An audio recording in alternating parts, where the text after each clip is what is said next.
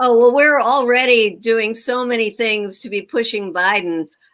We've have a campaign trying to stop what might be the inevitable, which is his naming of Michelle Flournoy as his Secretary of Defense to break the glass ceiling so that a woman could be in charge of the killing machine. Right. So This is my fight song. Yeah. So, 4 of the 5 largest weapons companies are run by women now. Wow. Such women progress. Glass ceiling. And there's all this like before he makes the nomination, there's all this buzz going around about, we got to be ready. These quote women's groups saying, to say how great it is that there's now Susan Rice to be Secretary of State, Michelle Flournoy. So anyway, not only are we trying to educate people about how awful she is, and for your audience, just a quick review is that she's been Assistant Secretary of Defense both under President Clinton and Obama, and she supported every single war, and she supports arming us to the teeth now to fight China, and she's exemplary for the revolving door going in and out of Pentagon contract companies, or creating these consulting firms that get multi-million-dollar contracts from the Pentagon. So anyway, that's Michelle Flournoy, and we're working to educate people about why this is not a cool thing. And then we're also pushing on trying to get Biden to fulfill his promise to stop the support for the Yemen war, ASAP, and to rejoin the Iran nuclear deal. And then on Cuba, which, there's so much now with South Florida. He wants to, on the one hand, honor Obama's legacy of reestablishing relations with Cuba. On the other hand, he wants to curry favor to the right wing in South Florida. So we're organizing around that. So that's just a couple of things. He did really well with them, right? He won Florida, right? It's like worth doing, isn't it? Yeah, definitely. Exactly. Put so much money into that instead of into like the Black community in Florida or the Puerto Rican community in Florida. Yeah. Right. There are alternatives, and hopefully, they'll figure that out. What are your expectations, or what are your hopes that in terms of moving Biden in a way that we couldn't move Trump?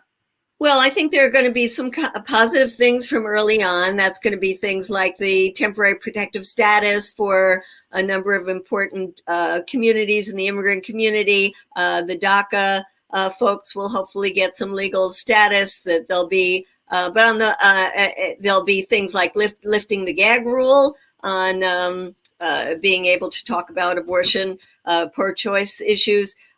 In U.S.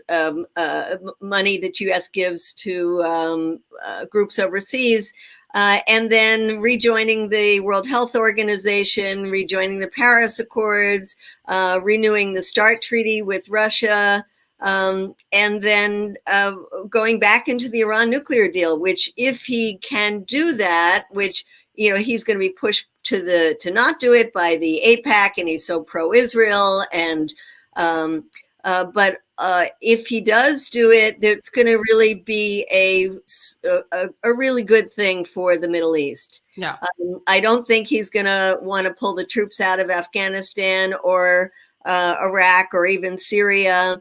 He's not going to want to cut the Pentagon budget that we want to do, and he's not going to address the fundamental issue. In fact, he really thinks that the U.S. has to regain its place at the head of the table, leading the world community.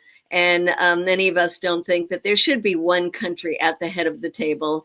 We think there should be a round table. Right. And so we're pushing a feminist foreign policy, and we got a lot of work ahead of us. But thank you for giving me the time to talk about it.